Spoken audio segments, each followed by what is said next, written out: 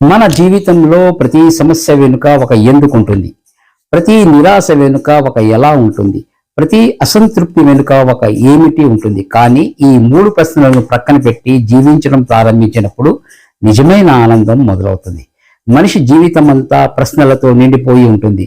ఇలా ఎందుకు నాకే జరుగుతుంది, ఇప్పుడు నేను ఏమి చేయాలి, నేను ఎలా ముందుకు వెళ్ళాలి, ఈ ప్రశ్నలు చాలా సహజం. కానీ ఇవే ప్రశ్నలు మనలో స్ట్రెస్ను పెంచి మన ఆనందాన్ని తగ్గిస్తాయి. ఒక్కసారి ఆలోచించండి. మనకు ఎదురయ్యే ప్రతి పరిస్థితికి ఎందుకు అని అడుగుతూ ఉంటే మనం ఎదగడానికి సమయం సరిపోతుందా? దీనికి సమాధానం లేదు అనే వస్తుంది. ఎందుకంటే ఎందుకు అనే ప్రశ్న మనల్ని గతంలో నిలిపేస్తుంది. ఏమిటి అనే ప్రశ్న మనల్ని గందరగోళంలో పడేస్తుంది. ఎలా అనే ప్రశ్న మనలో భయాన్ని, అపనమ్మకాన్ని కలిగిస్తుంది. కానీ ఈ ప్రశ్నలతో అతీతంగా ఉండేవాడు ప్రతి పరిస్థితిని ఇది నన్ను ఏం నేర్పుతుంది అని మాత్రమే చూస్తాడు. జీవితం ప్రశ్నలు అడగడానికి కాదు, అనుభవించడానికి, నేర్చుకోవడానికి, ముందుకు సాగడానికి.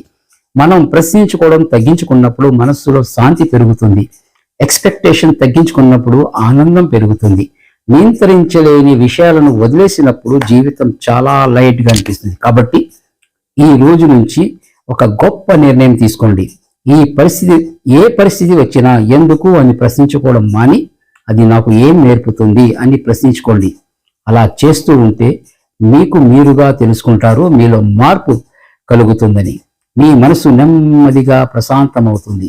మీ రోజులు ఎనర్జీతో నిండిపోతాయి. మీరు మరి సదా ఆనందంగా ఉండగలుగుతారు.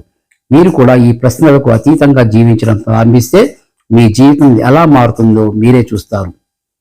Thank you friends.